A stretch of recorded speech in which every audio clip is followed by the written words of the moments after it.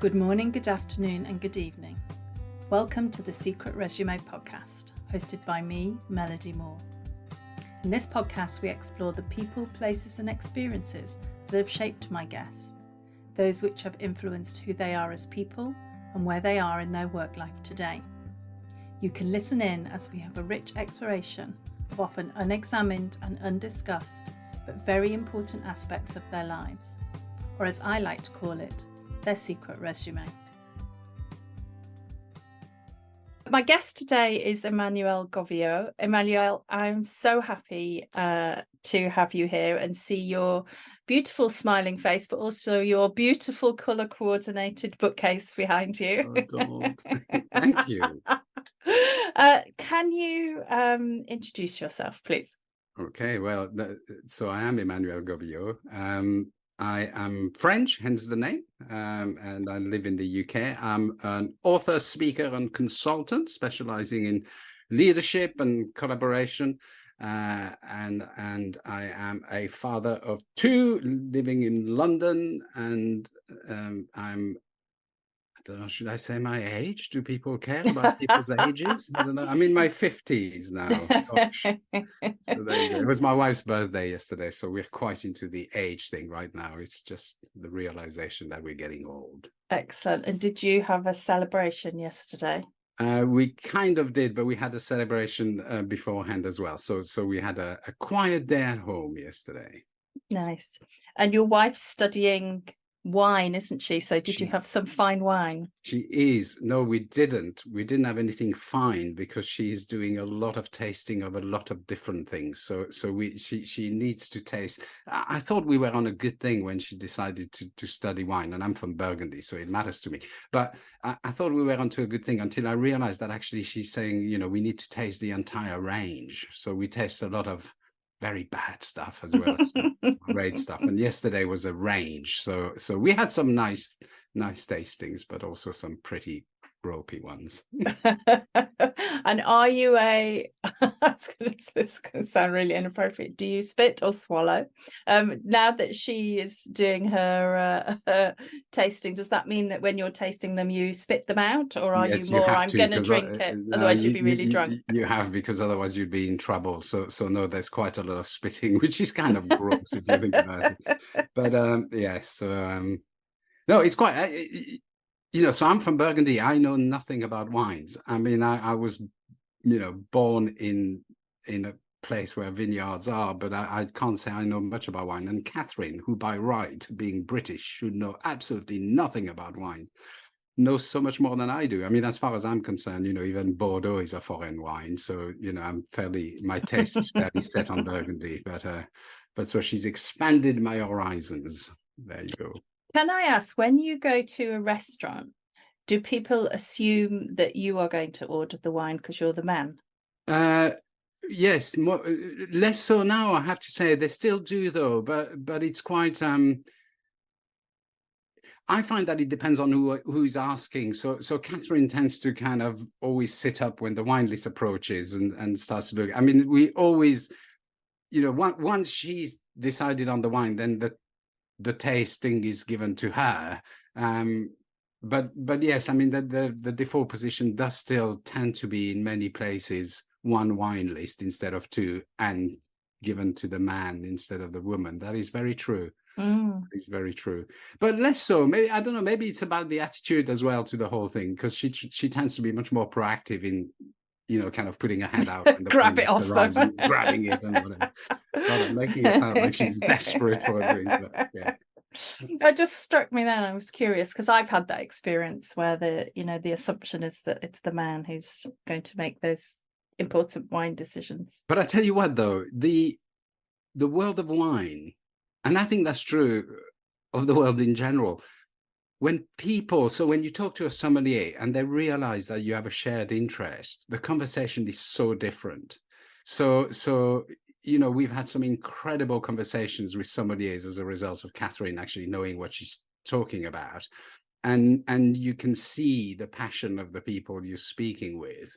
And it just becomes a completely different experience. And quite a lot of the time we get some free samples as well. They get really excited about something they've just discovered and they go, oh, you'll understand, so.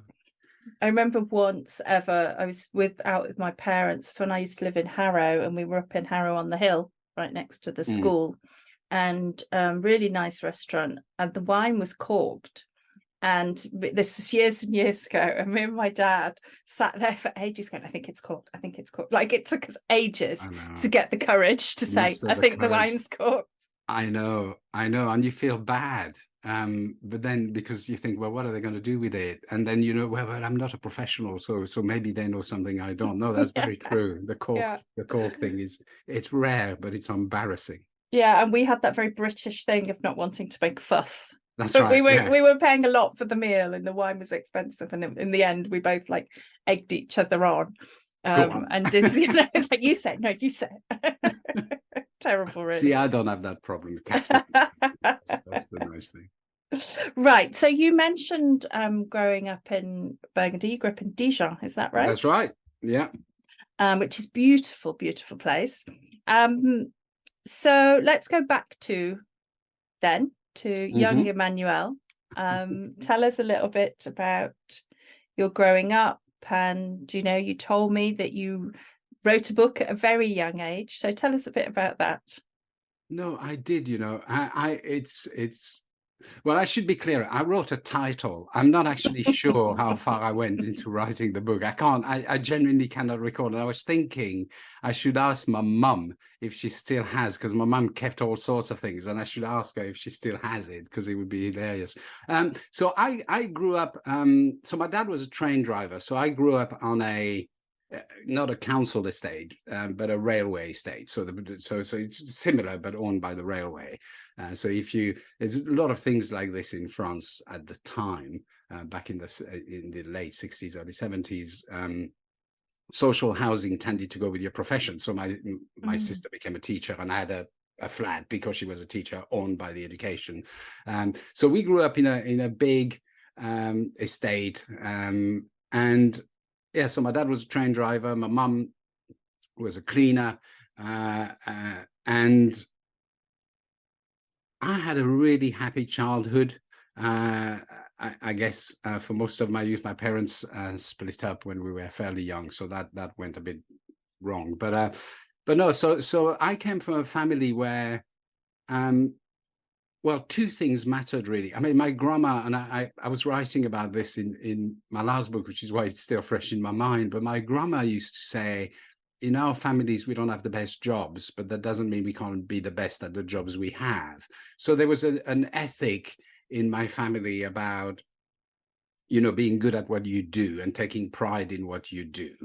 But there was also going with that, and especially with my mother, something about, I guess you'd call it the American dream in France, but there was something about bettering yourself. So mom did night classes. She eventually became a civil servant. She became a tax inspector, and she was a cleaner with no education or hardly any, the bare minimum. My dad started work age 14 as an apprentice in the railway, and ended up being a test driver for the French high-speed rail. So there was something about learning, making yourself better, and I think that kind of really played a big part in my education.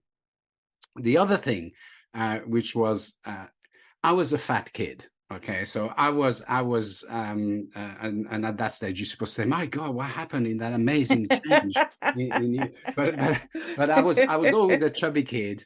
And I realized early on that actually my way of impacting the world was about being funny, being witty, about being kind, about being a friend, about bringing people together. So there was a big thing for me about impacting and influencing people. So if you put all of this thing together, there was a book that children read in France at that time. I don't know if they still do, because I left France a while back, but it was called Memoirs of a Donkey, Memoirs of an Ass. And it's by Countess de Ségur, written in the 19th century. But it's a really, really popular book, and it's about this donkey or whatever. Now, if you mess messed around at school. I don't know if that's true of British school, but in French school, you were called an ass, and the teacher would put you in a corner with a little hat on with two big ears, and it was the donkey's hat, and you were the donkey. So you would stand in the corner with your donkey's hat, your back turned to the class, and you would be the donkey because you were messing around. Now, I happened to mess around quite a bit because I wanted to be funny, and I wanted to impact people and make people laugh and so on. So I was really taken with this ass thing and this donkey thing. So I wrote a book, and I called it Memory of a Donkey, but Not So Daft. And I thought that was so clever. And I just loved the idea of wit, the idea of words. And when I was reflecting, when we were talking the other day to prepare for this, and I was reflecting on why that might be, and I realized that actually we didn't have many books at home. So we had a big dictionary, the Littré, which is a classic French dictionary, which comes in many, many volumes, which my dad had saved a lot of money to buy. It was a leather-bound edition. And because he thought this would be important for our education. So that was the kind of book that we had. And we had another one, which was a book about the Commune, the history of the Commune, which was a kind of rebellion in Paris, because my family was incredibly left-wing. So that was another part of our education. But these were the kind of two books that we had. But what we did a lot of is we listened to music. And what I realized is we never actually listened to music. We listened to songs. And one of the things culturally, which I realized in time, the big difference between the UK and France is that in France, music is about words. So it's about chanson, it's about words, and it's about the text.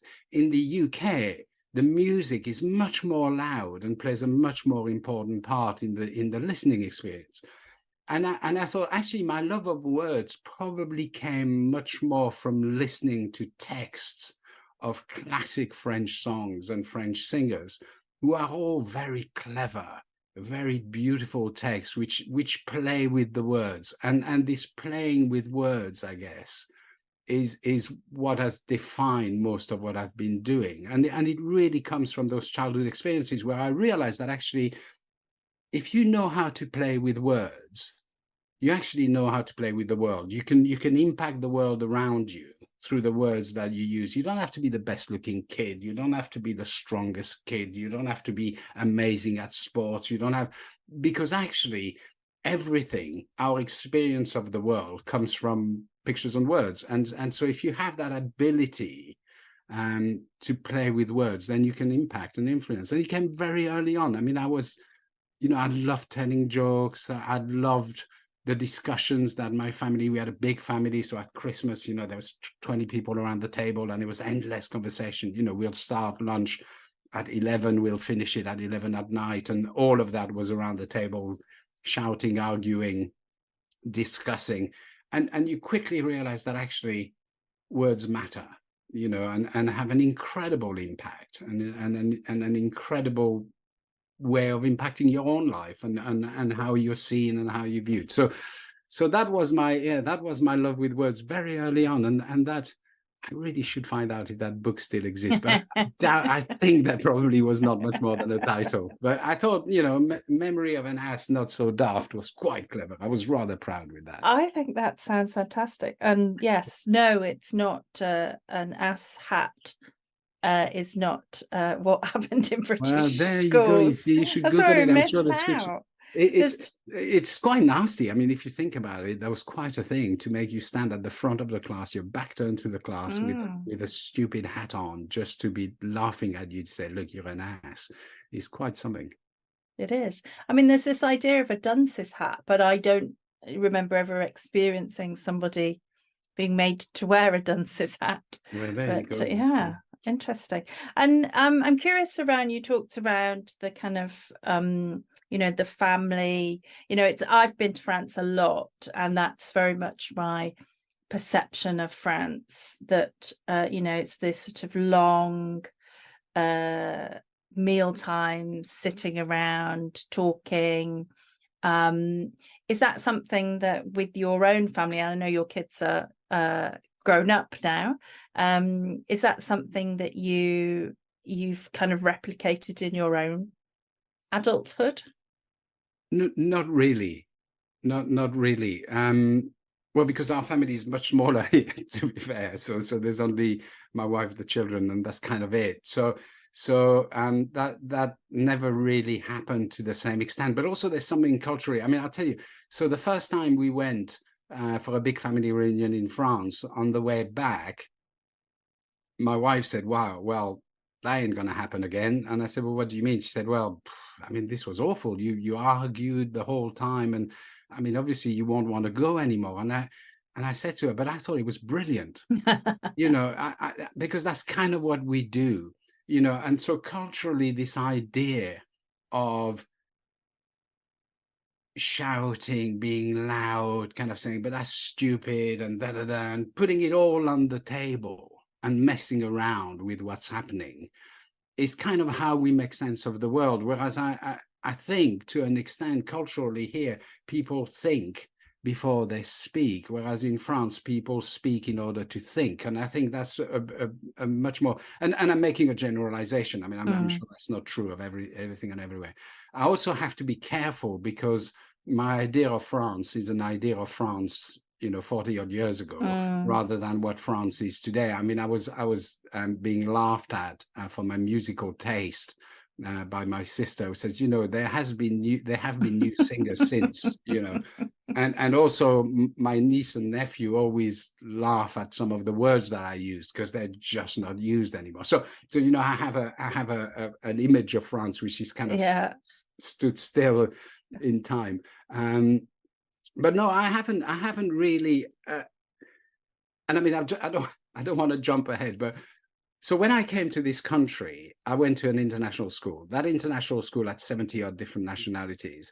We called it a bad thing to be to. So we didn't speak French. We had to speak English.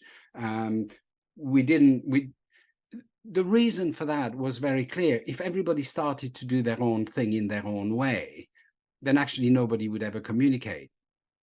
So it was kind of accepted that you shared your culture through a common culture. So you develop that kind of common culture. And at that stage, I started to find it utterly impossible to speak French. So my children don't speak French, and well, they say it's entirely my fault. I think they could have studied when they were learning it, but that's a discussion. And it is because, and I tell you, I have a very good French friend who lives in London, not far from me, Jean-Marie. His wife is British too. But when Jean-Marie and I meet, just the two of us, we will speak in English. I find it physically impossible to speak French unless I'm in France. So my mother will tell you I even speak French with a British accent, which means I'm pretty homeless because people here tell me I speak English with a French accent. So I must just have a generally weird accent. But so I've become very British in a way, in the way I act and the way, because most of my life now has been spent here. So no, I haven't really done the whole kind of big family French thing. But at the same time, I still think of myself very much as a French person, which is very bizarre. Do you know, I think partly the shouting and discussing and thing is a large family thing. I'm one of 4 kids. And, when we all get together, we've got lots of children between us and partners and what have you. And yeah, it's like that. It's noisy, it's argumentative. But also, I think, I mean, it also depends on the type of. So my family was highly political, really, really political. Politics mattered a lot in our family. And we had 2 kind of schools of thoughts in my family. So on my dad's side was a very large family, and Catholic and very traditional in many, many ways. And on my mum's side, well, a smaller family, very left-wing, and so when we all came together, there was this clash of ideas, but both sides were very political and very caring about society and what was happening and what happened to people, and so from that point of view, there was a lot of stuff about changing the world, and you can't just change the world quietly. I don't think you can. When ideas clash together, there's gonna be some passion into that, and so I guess there's a loud passion expression, and I think you're right. Actually, that's probably much more likely to happen. And one of the big differences, as I said, is we are a small family here, but my family in France was very big, so that's probably true. That one of the differences is also about size rather than just culture. Talk to me about, you mentioned briefly you went to an international school. When did you go there? Was that a sixth form thing? Yeah, so that was a sixth form. That was sixth form. So because I messed about, because I was funny, because I love all the activities, I always used to do the bare minimum that would take me on to the next class. Okay. And then came a point where I just miscalculated somewhat what the bare minimum was. So teachers got my mum in and said to my mum, look, and that stuck with me because it made us laugh. He's not mature. So they said he's just not matured enough to move on. And what they proposed was to hold me back a year. So they said, we'll hold him back a year, and then he'll grow up and it will be better. And that actually, that miscalculation, that messing up, actually changed my life. Because what happened was, because I'd been held back a year, the following year, that started this weird experiment. I mean, this was the 70s. There was loads of weird education. Yeah. And there was a bunch of teachers who had decided to experiment on a different concept. And the concept was twofold. First, everything was to be done in groups. So there was no individual learning at all. Everything was to be done in groups. Second, every topic was to be linked. So if you did mathematics, you would look at Roman numerals. Therefore, in history, you would do the Romans. Therefore, you would do philosophy. Every topic was linked, because the idea was that it would make a more rounded person if they could work in society and understand the whole rather than the parts. So I got put in that class, which I absolutely loved, because it was just about talking, discussing. Everything makes sense suddenly because everything was linked. There was no, well, why am I learning this? You knew, because it was linked to something else, and everything made sense. And all this kind of conceptual stuff has always appealed to me. So that was a great class. But what it also meant was that the people teaching were completely versed with the weird stuff that was going on throughout the world in education. So they were all networked throughout the world. And the English teacher one day told us, I want to talk to you about this school in Wales. So I had to look up where that was. I want to talk to you about this international college in Wales called the United World College. Now, they got me at United World because that resonated with all my politics and my ideas of society at the time. And it's a place where people from all over the world come. And the idea is to build international understanding through education. And it was Court Han, who started Gordonstone, and so the educator Court Han had this idea that if you brought people at an age where they could still be influenced, and you brought them from all over the world, and they got to know each other, and they got to discuss everything, and they got to learn together, and they got to do activities which are social as well as art, as well as sport, as well. So a completely rounded education with people from all over the world, you had a chance to change the world. And it was called Atlantic College because it was partly founded at the time by on this idea of NATO, and it was in a remote castle in Wales. And the kicker was, it was free. So it didn't matter whether you were rich or poor. It was all entirely based on merit. So I thought, this is really cool. This sounds really, really cool. And she said, and I know people, and the interviews for the scholarships are being held in Paris. And guess what? We were in a school where all the kids' parents work for the railway. We didn't even have to pay for the train. So who is interested? So I kind of talked to my mum a bit, and she thought, yeah, whatever, yet another one of these things. It won't go anywhere. So it was me and another girl from the class. We went on the train. We went to Paris. This English teacher took us to the interview, and before you know it, I was accepted, and I got a scholarship. And so I left. For Wales. It was my first time on the plane. It was the cheapest possible ticket we could find. It was with Pakistan International Airline, flying from Paris to Heathrow. I didn't speak a word of English, and I arrived at Heathrow, and I just thought, what am I doing here? And there was somebody from college welcoming people, and they put me together with this German family who'd rented a car and who drove me. I mean, this is crazy when you think about it. You were 16. I was 16. I was 17 because I'd been held back. I guess I was 17. I'm in the middle of an airport, looking like the townie that I was, with my kind of jeans and my little leather jacket and whatever. And there's this German family. Now, I knew a bit of German because I'd studied German at school. And I'm in a car being driven to Wales from Heathrow to a place I've never been. I don't understand a thing that's going on to me. I spent 2 days crying, thinking, what have I done? What am I doing here?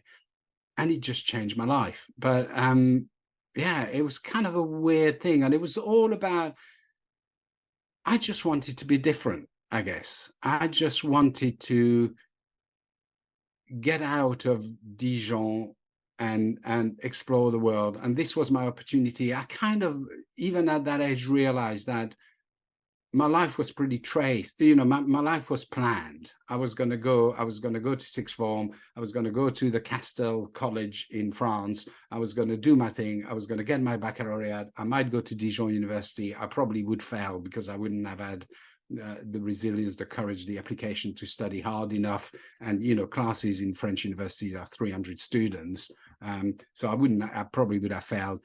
I would have probably got a job in the railway, because the railway at the time, still is, to be fair, it was incredibly unionized. So if you had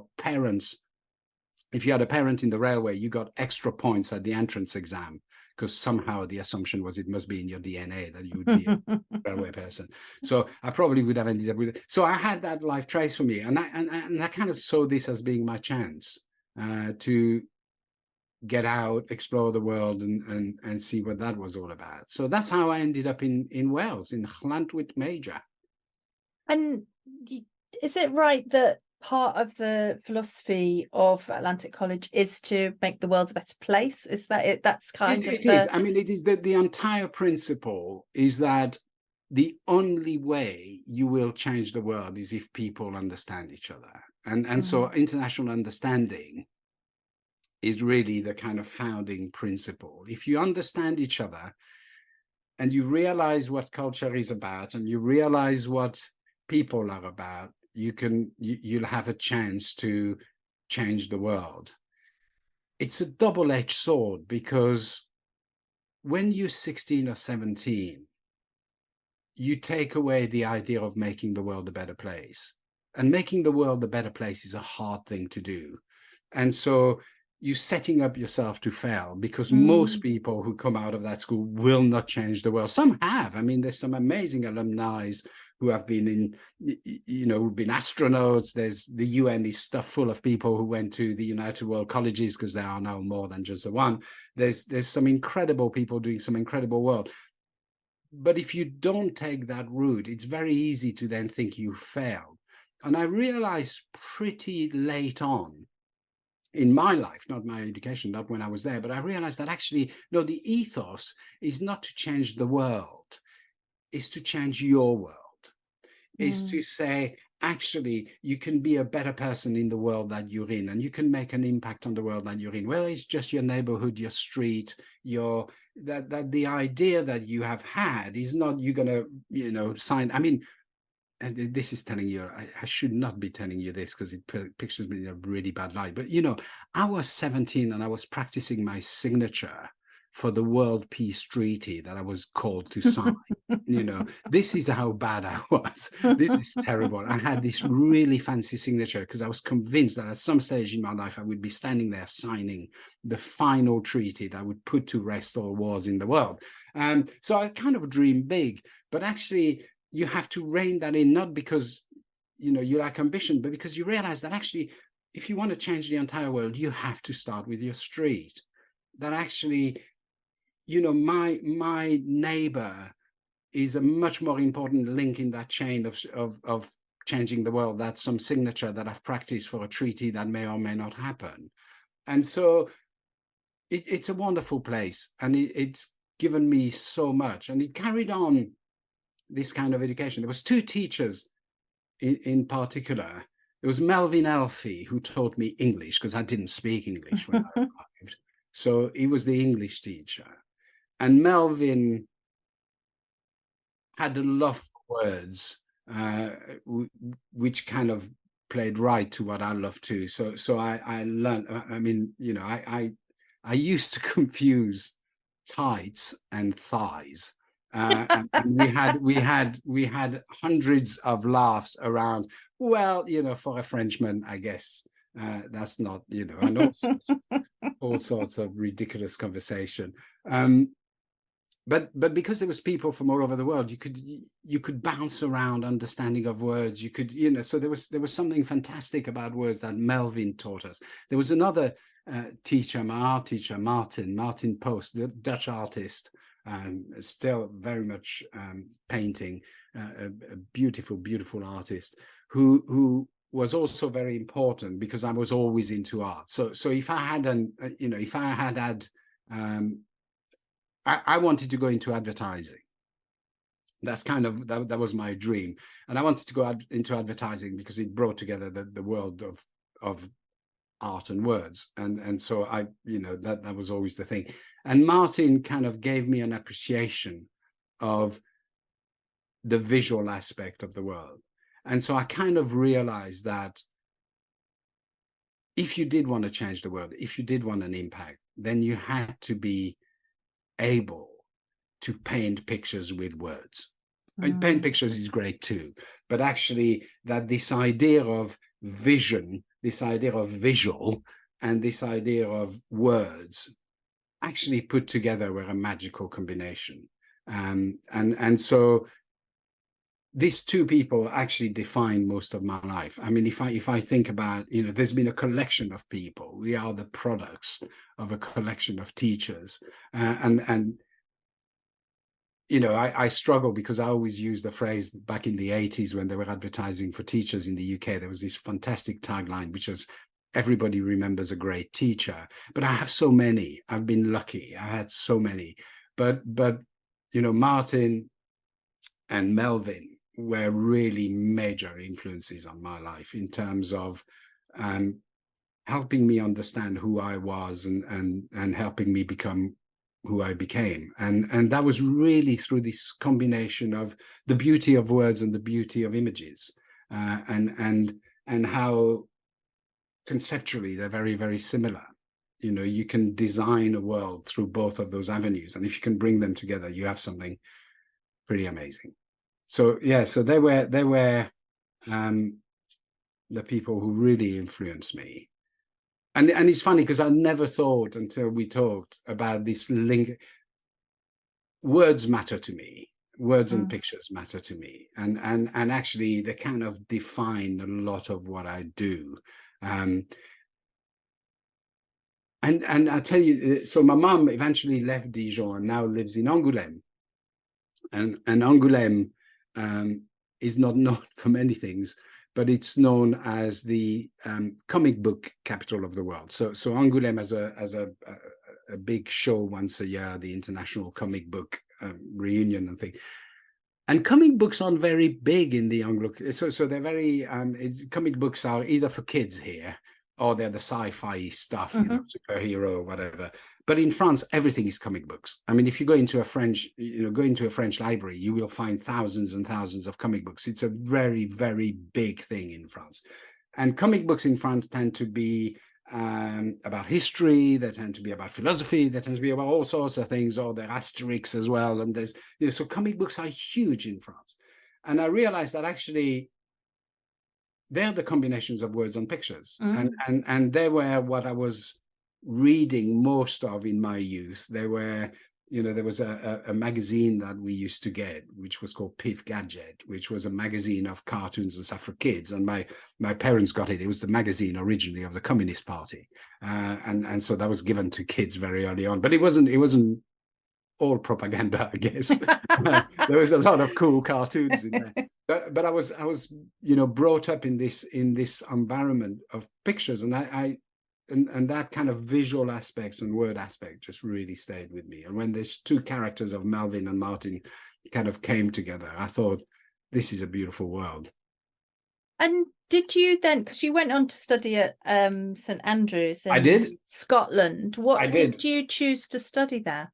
So I went to Scotland because Melvin said to me, you need to be in a smaller place.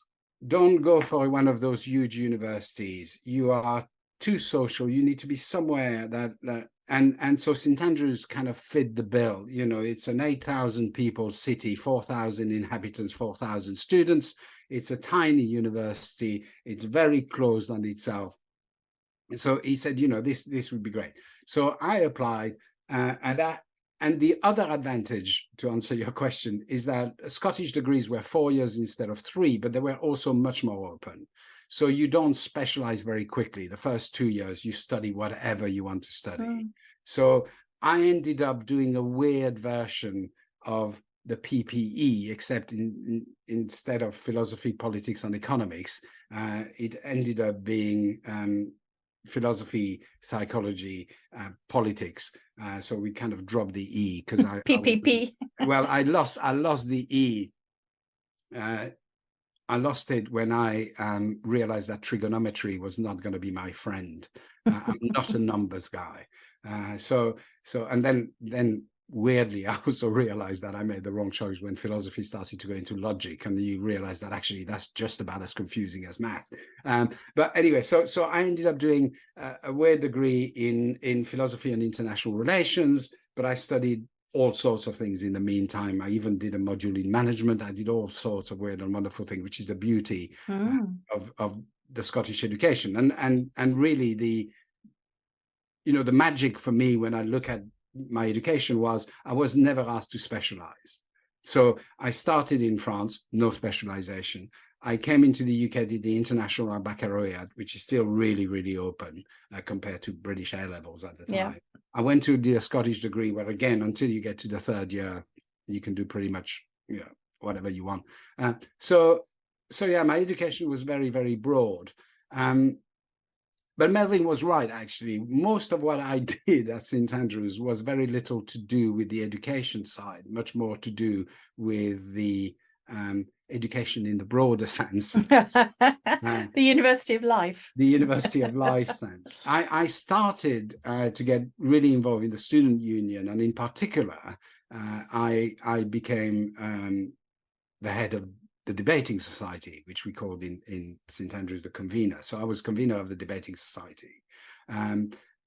And again, because it was about words and it was about arguing and it was everything I loved. So I didn't know anything about debates. I was taken by a friend of mine who is now an historian for the City of London, Alexander Schulenberg, who was a German gentleman who I met at college. He was a fellow student at college, and he went to St Andrews, but he was a year above me. So he said, hey, come to that debating thing. It's in the All Parliament Chamber, which was St Andrews used to have the All Parliament Chamber. And I just went to my first debate, and I just fell in love with the idea that, you could do what we did in France, which is, in the French education system, you learn to argue both sides. So if you write in France, any essay in France has to obey a certain form. And the form is thesis, antithesis, synthesis.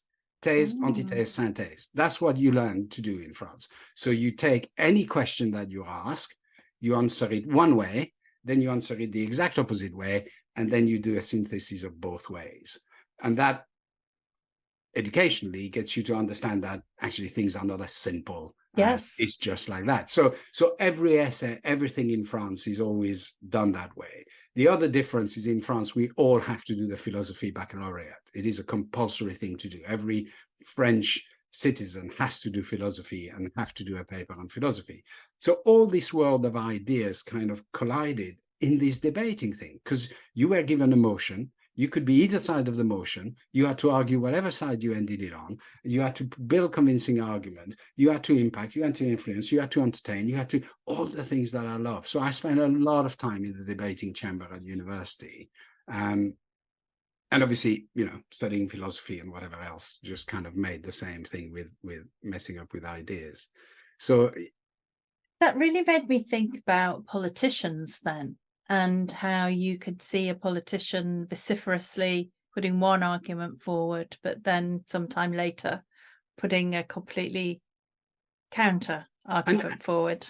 And I think the danger of this kind of education is that it's easy to forget about the synthesis bit.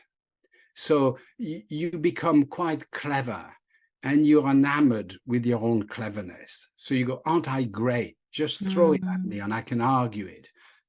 But you have to remember that at the end, you have to have a view. And that view, that the cleverness is only there to help you make a stand, to help you understand what you believe to be true based on argument. So it's not just a belief taken out of nowhere. I've argued it, and now this is what I stand for. And I think the trouble, especially over the recent years, is that we've either gone down the view of we won't look at both views. So I'm going to make it really simple. There's only one view, is the thesis, and that's mine, and that's my belief, and it's right. So we've polarized ourselves. Because we've got one camp doing theses, one camp doing antitheses. We've had a number of politicians, especially in the UK, who are really enamored with their own cleverness. So love that game of arguing, and I can argue this or that. I don't know if it is true or not, but it's been widely reported that, for example, Boris Johnson here in the UK had 2 articles ready, one for Brexit, one against it, yeah. and was, and decided to take whichever one he was prepared to take. And I think that's really an important exercise to do, because you have to do theses and antitheses. But at some stage, you have to say, on the basis of this is what I believe to be true. And if that is true, then until the facts change, and you have to be open to the facts changing, then your view can't change just out of convenience and cleverness. And I think that's the danger. So I abhor the thing that says it's very simple, because when people say simple, then usually means simplistic, and they take a half-baked view. The world is not simple. No. But you can make it simple if you know how to synthesize things. I really struggle with that word. There's a lot of S's and THs, and we don't have THs in France. But you have to be able to bring things together, and you have to be able to make them coherent for other people. And I think that's the skill.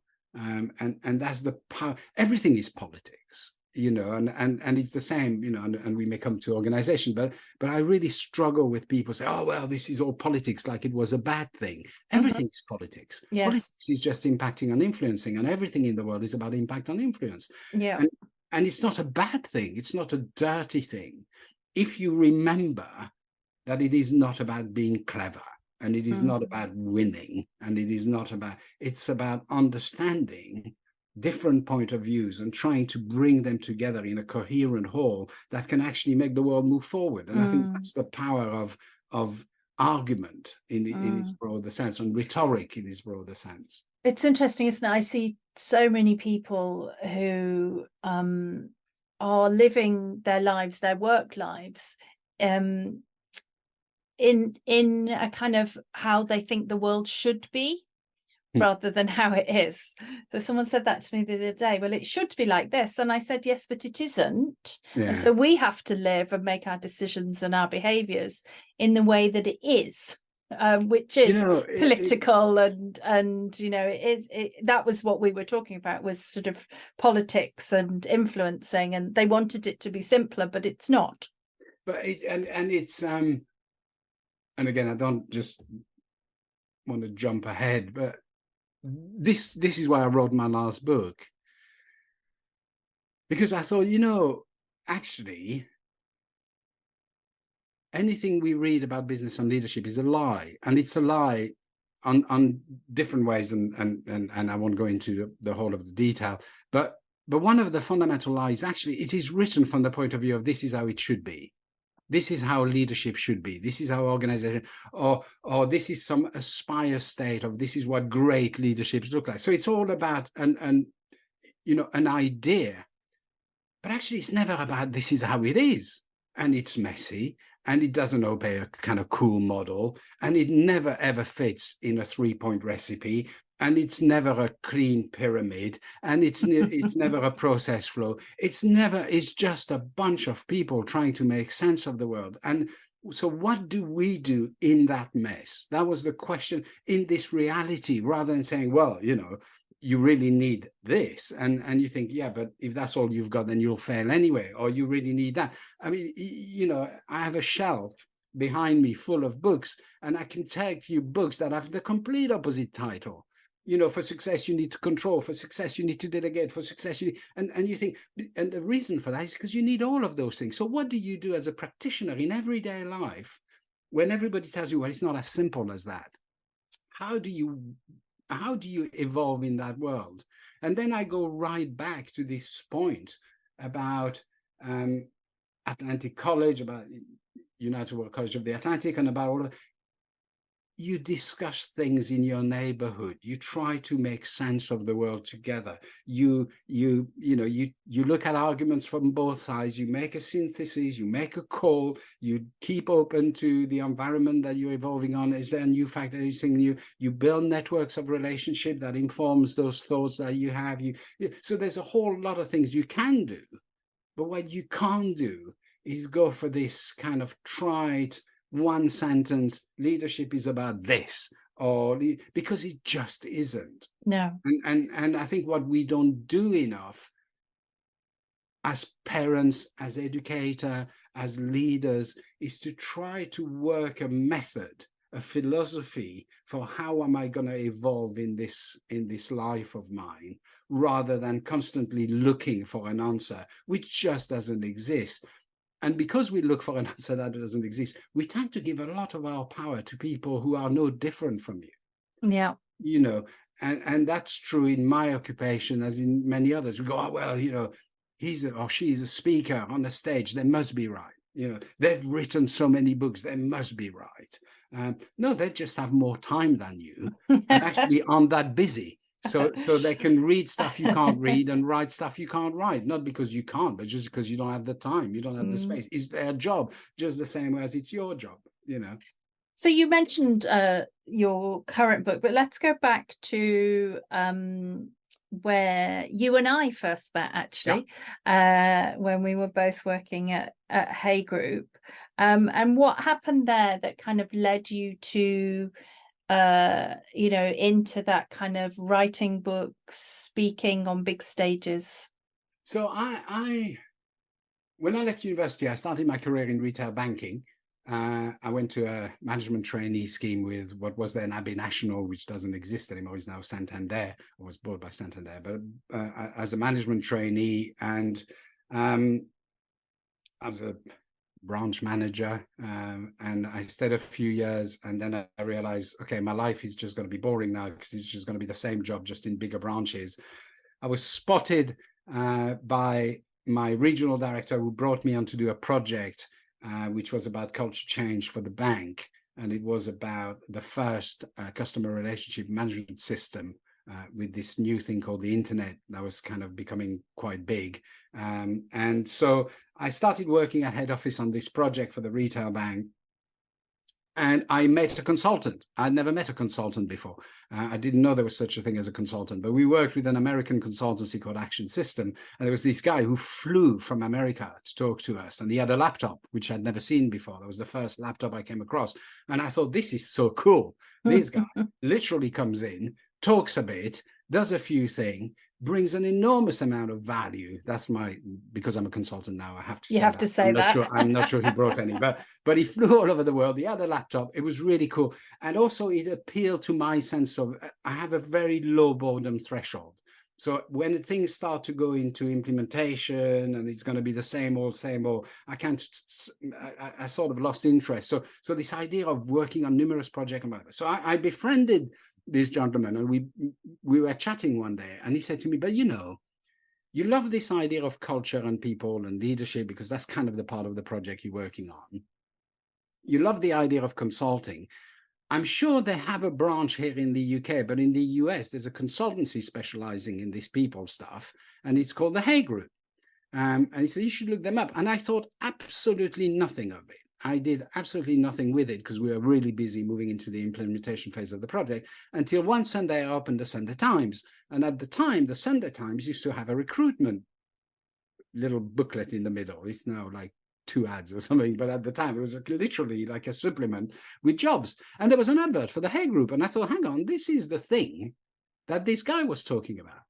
And I was looking for a way out because I was hoping to, to become much more interested in different bits and different stuff. So I thought I'll apply. So I applied, and yet again, they took this weird guy with a retail banking background and thought, oh, we can do something with him, which was my first big career break. And he's was, because Hay Group now is Conferry, and I have no working knowledge of Conferry. But at the time, the great strength of the Hay Group, and I'm sorry, this is not meant to be an insult to you, but it just brought a bunch of weird people together. It was That's not an insult. It was a place that really took weird people and thought, you know what, if we bring all this weirdness of experience, this mix of background, and we put them together in a room, we can serve our clients better. And so it took a chance on one more weird person. I discovered there was many of us when I joined, but I thought it was quite courageous at the time. So yes, so I started to work at Hay, and because of that,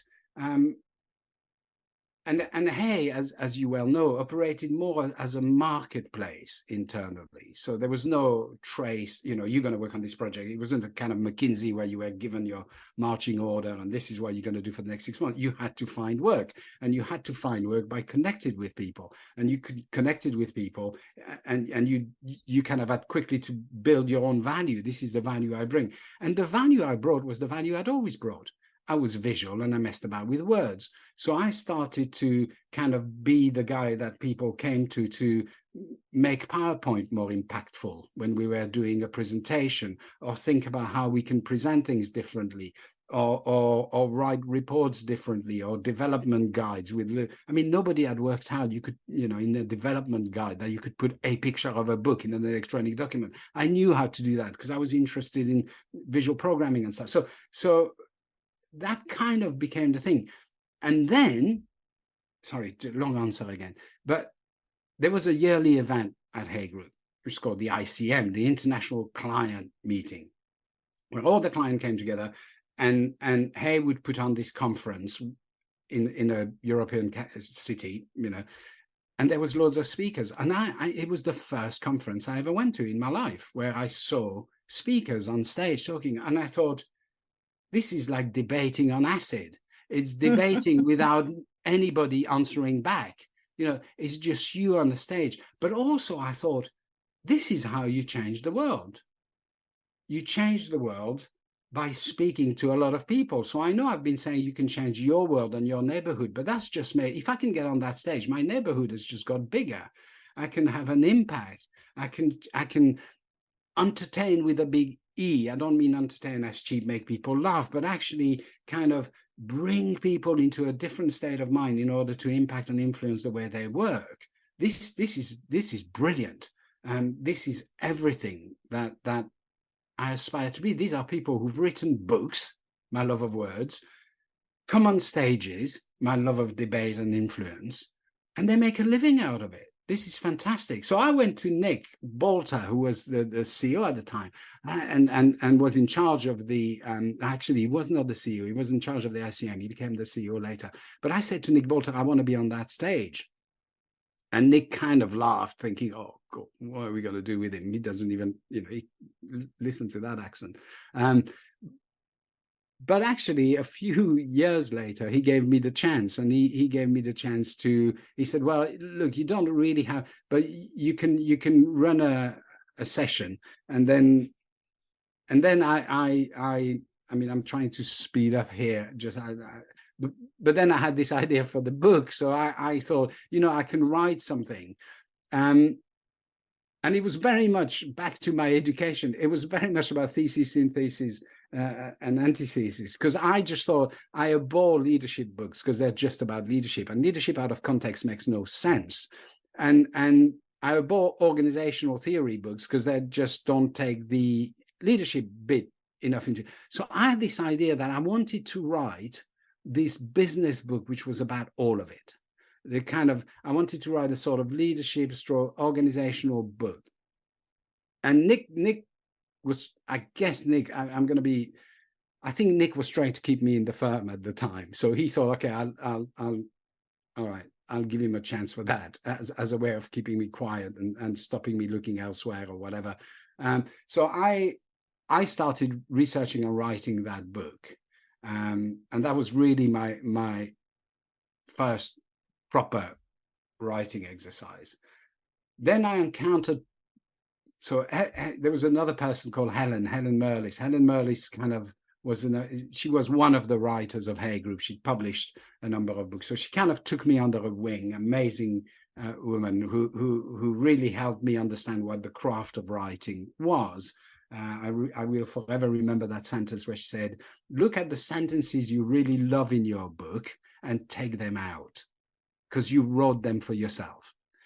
You're just writing to prove to yourself how clever you can be with words, but they make no sense to anybody else. So she was fantastic. She gave me loads of tips like that. But she also introduced me to publishers.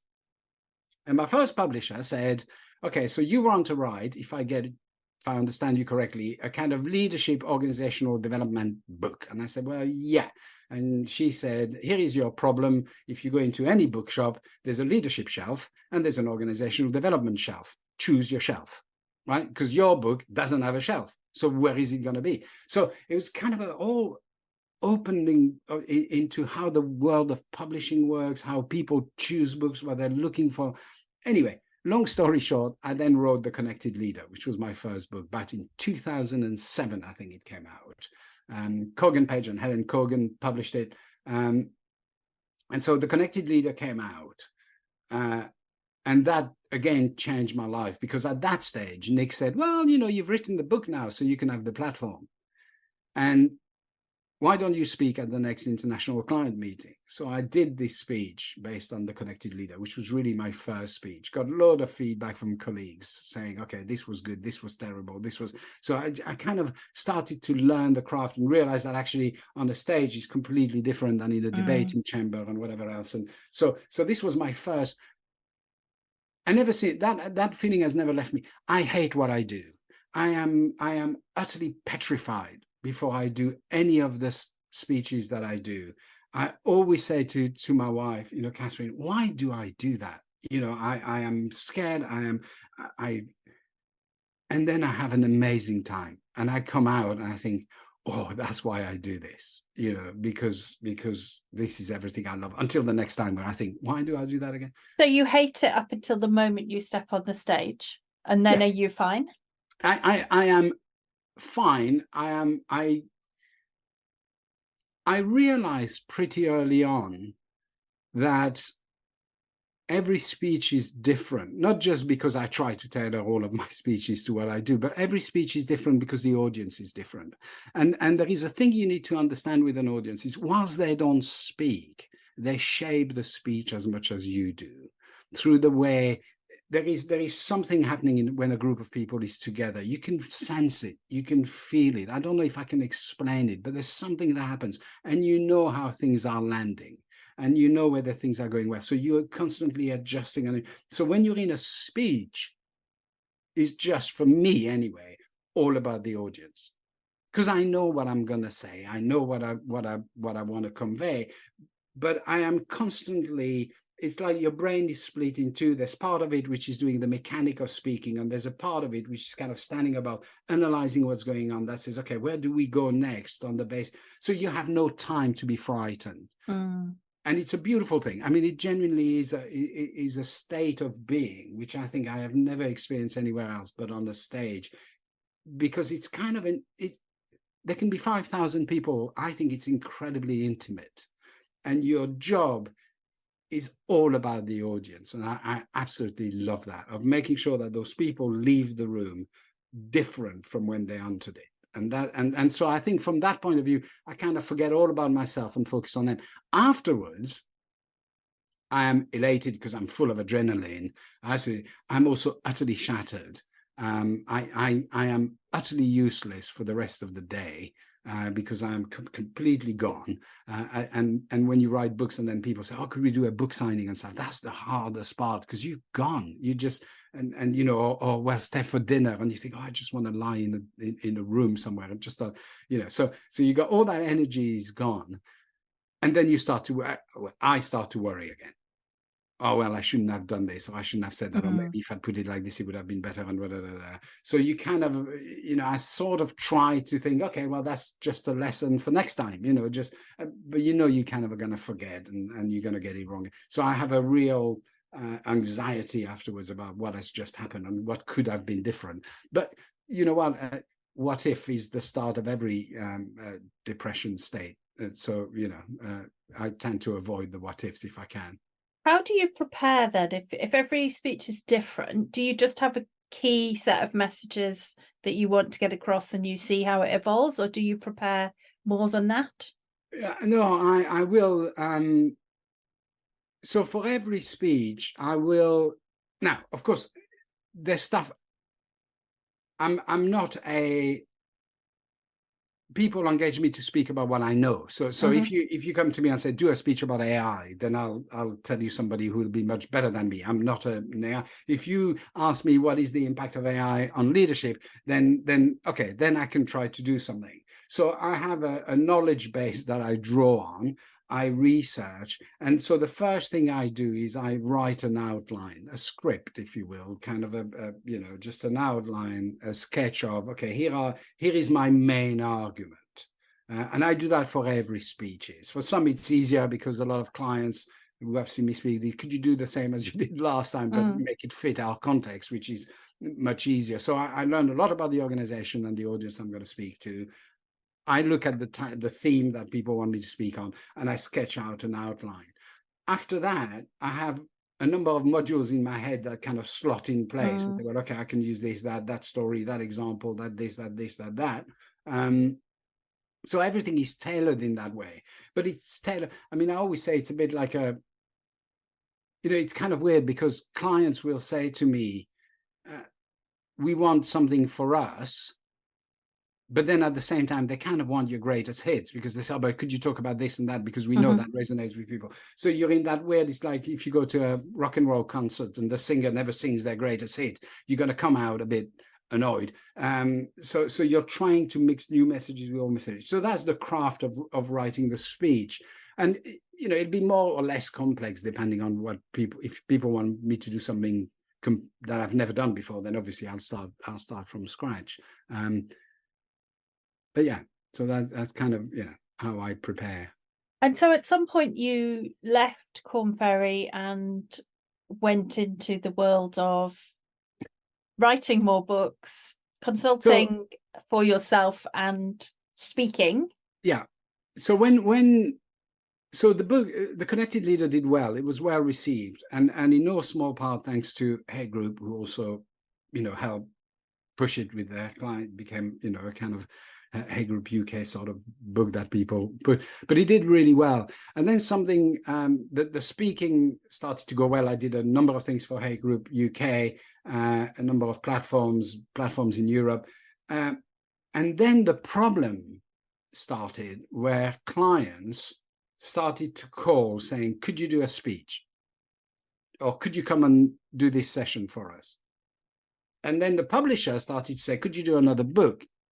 Now, I was a director at Hey Group at that stage. So my formal job was to open doors, find big projects, and find work for other people. And all my clients, or not mine, but all Hey Group clients were calling me to say, we want you. So that doesn't work. That didn't work in my job. It started to be a really uncomfortable position to be in. So I went to see, I think Leslie, by that stage, was the CEO of the managing director of Hey Group UK. And I made a deal. I said, I can't do this. It's just too awkward. I want to write another book. I'm getting loads of speaking opportunities, which I kind of don't want to take because they don't fit with what we're trying to do as a firm. I'm going to be out. It's better if I'm out. But because this was not about parting in bad terms or whatever else, but what I'm prepared to do is I'll stick around. You know, if there's stuff you want me to do as a Hey Group, if there's bits you want me to continue, there's clients that have been Hey Group clients for as long as I've been there. I'm not going to take clients with me. I mean, you don't take clients, they do whatever they want. So you know, if clients want to still consult with Hey, but still want me to manage the project, which I'm managing, I'm happy to do that, you know, whatever. So we had this kind of really nice relationship where I carried on for a bit doing stuff with Hey Group. But in the meantime, I really started on my own and wrote my second book, Leadership. And then, you know, that did well. And then I got more platforms. So then my own organization, my own business developed. And I started doing most of my work on my own. And eventually, you know, as Hey Group, because Hey Group was an internal market, when people change, they don't necessarily know you. So my relationship with Hey Group Korn Ferry just kind of fizzled at that point.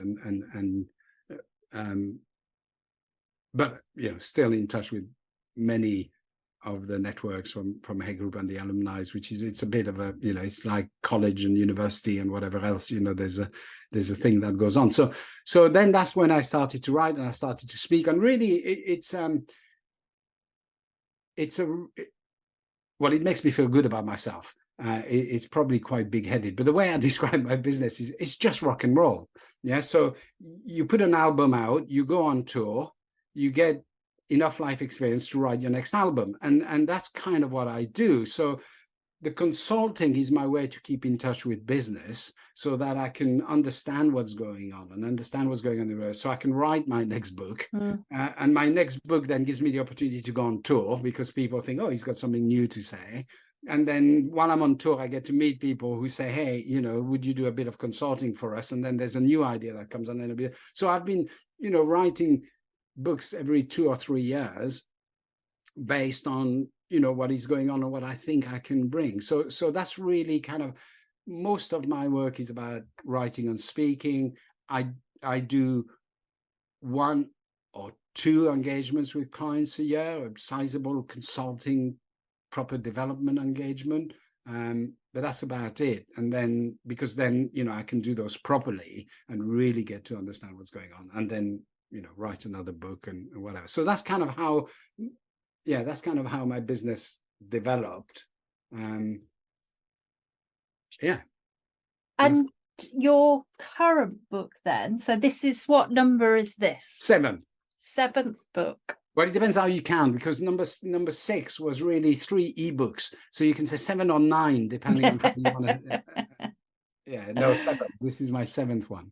So how did this one come about? Because it's different to the previous ones. So like I said, it was this thing about what is the truth. So, you know, my children now are grown up. They've left, they're in the world of work.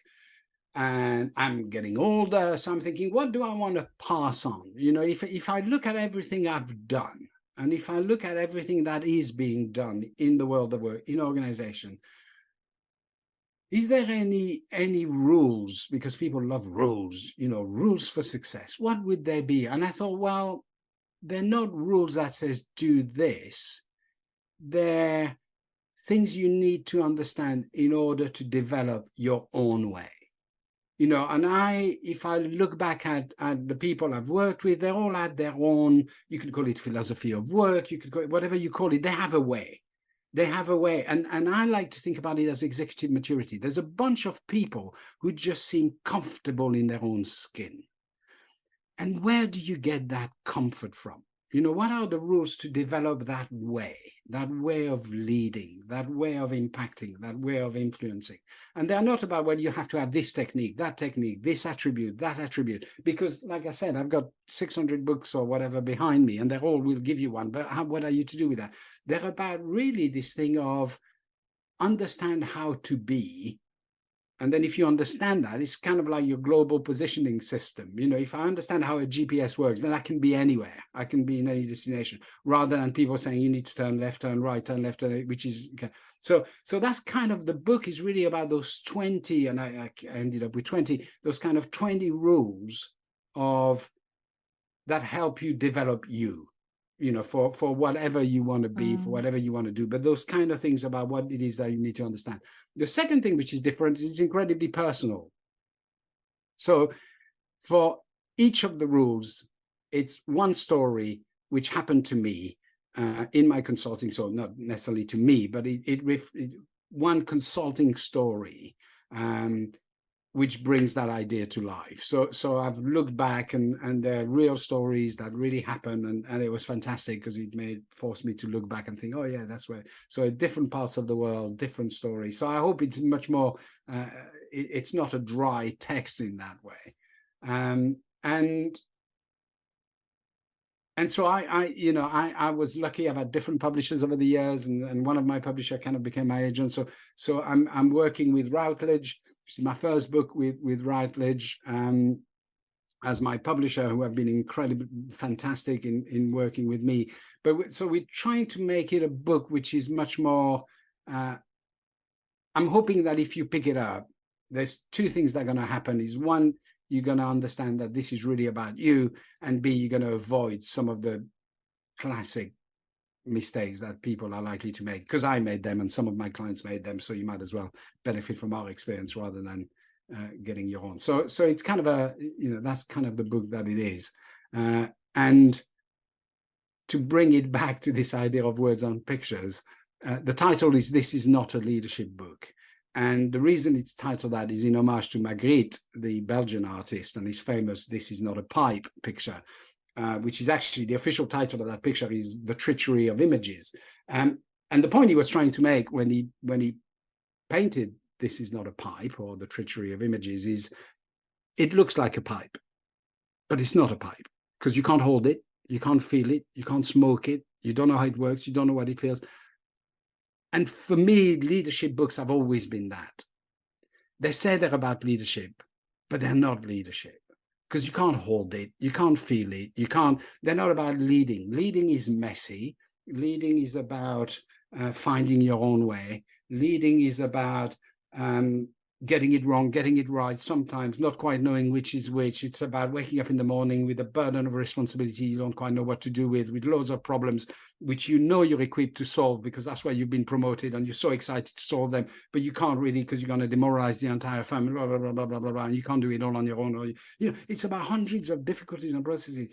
And so leadership is not this model of simplicity and these kind of one-liners on LinkedIn and whatever, which are highly appealing, but they're just lies. And that's why I wanted, and I know it was courageous of Routledge to go with the title, This Is Not a Leadership Book, because there are only two things that title evokes in you is, well, what is it? Or, oh, yes, it is. So I'm waiting for the Amazon reviews where people give me 1 star for saying, well, it is a leadership. He just lied. in a kind of pantomime-esque way. Oh, yes, it is. But I was really hoping to kind of pitch it that way. And when is it out? It's out in February. That's the plan. I've just had the first proof, so we're working through that now. So it should be out back end of February. I think 26 is the current plan date, although I'm not sure whether that's likely to change or not, but it's pre-order now on Amazon already. It's all out Brilliant. there. And for the first time, which I'm so excited about, there's going to be an audio book. I've always wanted to have an audio book. I'm not reading it, by the way, so don't. Oh, I was just going to ask. I was hoping you were going to read it. No, the audiobook publishers actually have their own roster of people who do the reading bit.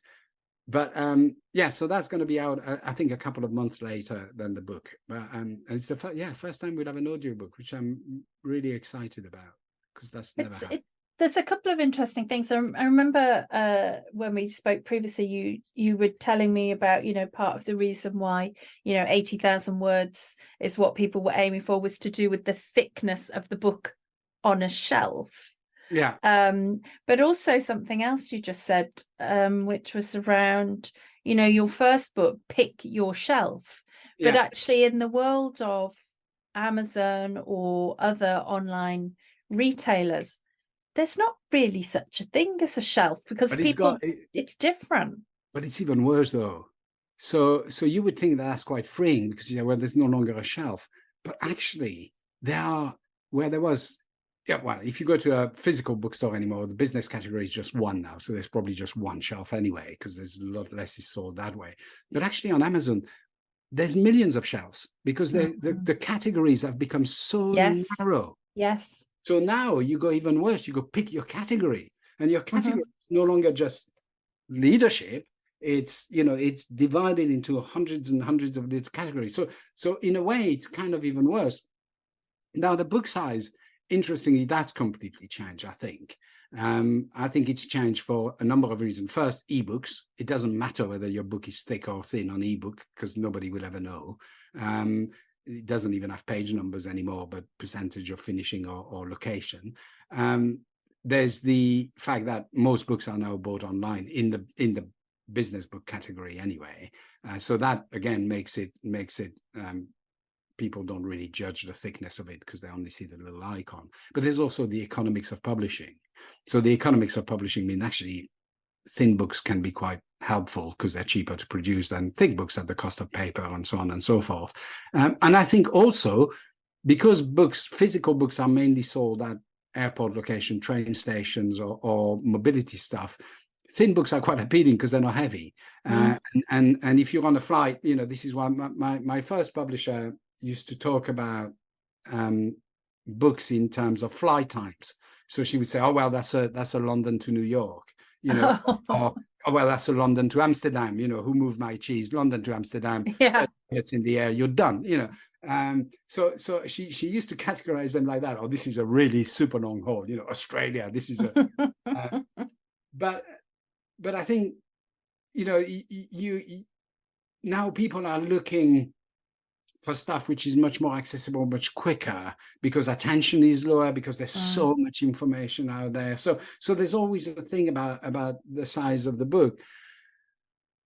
It's really hard for an author, I think, to not be driven by word count, or at least it was for me. And I know a few authors who have been who have shared that with me too. But the word count is this thing that and it's always bothered me, because I think a lot of leadership books should just be articles. They just became books because I wanted a book, but it's actually an article that has been made really big. Yes. Incredibly repetitive, the same story over again, or the thing has been padded out because it needed to be 60, 50, 70, whatever thousand, let me call. And that's always bothered me. So word count to me has been a bit of a thing hanging, there in the back of my mind, as which has not been the most joyful of a relationship with word count, thinking actually, do I need to make this longer? But that's not fair on the reader, because you're just repeating yourself. And again, that was one of the freeing thing of working with Routledge, which was this. We discussed it at the onset and decided, actually, this is going to be what it needs to be for the reader, not for the publisher or the author. Okay, right. I'm going to finish off with 3 quick questions for you. Quick fire. Strap line for your story, or title for your story. Words and pictures make your world. I think something along those lines. I'm not a great copywriter. I never made it into advertising, but yeah, something like that. I think it's this association, which again I have to thank you for, because I never really thought about it that way, as the kind of, words and pictures defining me. I think of my journey anyway. But it's very true. I think that kind of would be the one. Okay. And what about some advice to your younger self? You're all right. You're all right. I think you're okay. And I don't know even now in my 50s whether I'm there yet. But when you stop thinking that you have to prove yourself, is when you start really proving yourself. I think it's when you start being really effective. When you think, actually, this is not about proving. You're all right. You're all right. And as an author, it's the same. And I think that's what Helen was saying to me when she said, take that sentence out. You're just trying to proving yourself. And as a speaker, it was the same. I became a much better speaker when it stopped being about me, focusing on me, being worried, being scared, just saying, no, focus on them. You're on the stage. You don't have to prove yourself anymore. You got to the stage. Where else, so focus on the audience. And I think that comes from this thing from childhood. And you're all right. You're okay. You don't, no donkey hats. No donkeys. And what about a book recommendation? Oh, I'm surrounded by You've got hundreds, thousands behind you. Yeah. Well, oh gosh, Mr. Barnard from Hay Group. I don't know if you remember David, but used to say actually all leadership books have been written, and mainly by the great authors of history. So read nonfiction, and then you learn a lot more. But I tell you, there's anything written by Tom Peters. For a start, just because I think Tom, and if you're on Twitter or on social media generally, I think I just want to be Tom Peters, to have that energy that is never lost, and that thirst for changing things that is never lost is exceptional, and his writing is fun. So that, but there is one in particular which I have been recommended for years, and it's called Love is the Killer App. Now it's a killer app. APP, as in application. Yeah. By Tim Sanders, and Love is the Killer App is a book I've been recommended for years. It was written, so you have to understand the context. It was written at the height of the dot-com stuff. It's a West Coast of the US. Sanders used to work for Yahoo, I think, when he wrote it. It's very West Coast. It talks about hugging people and stuff, which in Britain you shouldn't do, or you'll end up in jail, or unless they wanted, that is. So it's kind of very West Coast. But I've always said to people, if you do what that book says you should do, and don't skip it, don't think, oh, well, I'll adapt it, do what it tells you to do. It's kind of, for me, defines most of the incredibly successful people I've seen. If I think about what it is that they did, and it's about generosity, it's about reading, understanding, sharing, it's about building networks, building connection, and it's about I just love the word love, and I think we should just bring it back into the business lexicon much more than we have in the past. And I think there is nothing childish, there is nothing daft. It's so powerful. I was saying to my kids, I used to have this badge on my leather jacket when I was a teenager that says peace, love, and freedom. And I think, what is so wrong about peace and love and freedom? There's something magical about liberté, égalité, fraternité in France, or whatever. These are all words that business tend to shy away from. And I think when Tim wrote that, Love is the Killer App, I thought it was an incredible title. I thought the book was fantastic.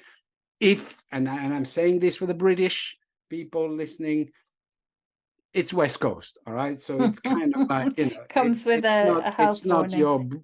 your British way of operating in the world, but it's a fantastic book, I think. I have never heard of it. I'm definitely well, there you go. Thank you. I mean, I'm not even sure. I mean, whenever I see copies, I tend to buy them. So I'm hoping there's still copies left. You've got them all. but I tend to have given most of them away. So. Yeah. So, Emmanuel, I just want to say a massive thank you. I have loved catching up with you. It's been a fantastic time, fantastic story. I've learned so much about you that I didn't know. So thank you very much. No, thank you for the opportunity, and thank you for what you do. I've been listening, and also there's some people that have come on your podcast that I know, and I know them a whole lot better now, despite having done it for years, than I knew them before. So thank you for what you do. You're welcome. This podcast is brought to you by Liberare Consulting, with editing provided by Hawkins Social. If you enjoyed today's episode, why not click on the subscribe button so you are the first to hear about new episodes. We look forward to welcoming you back soon.